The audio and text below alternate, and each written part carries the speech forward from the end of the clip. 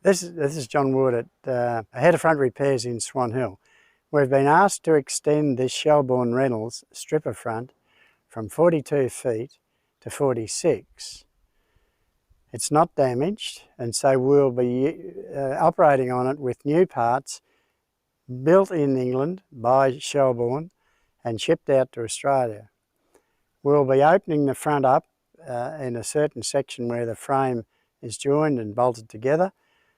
We'll put 2-foot section in either side. We'll put 2 foot into the table auger at the back, the beater roller in the front, which strips the crop off the straw, and then we'll put another 2 feet into this cover plate here.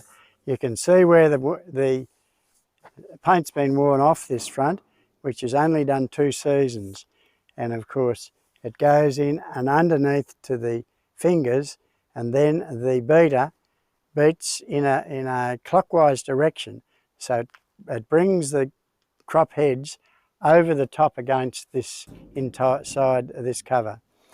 Very efficient in terms of only harvesting the grain and leaves the stubble intact.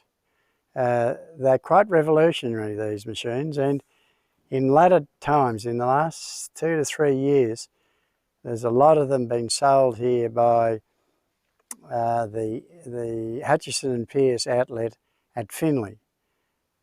John Deere Swan Hill, which is Emmett's, have sold 20 in their dealerships throughout Victoria and South Australia this last season. So they are becoming more popular.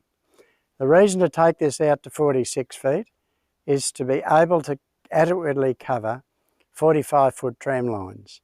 So there's no doubt about getting the entire crop.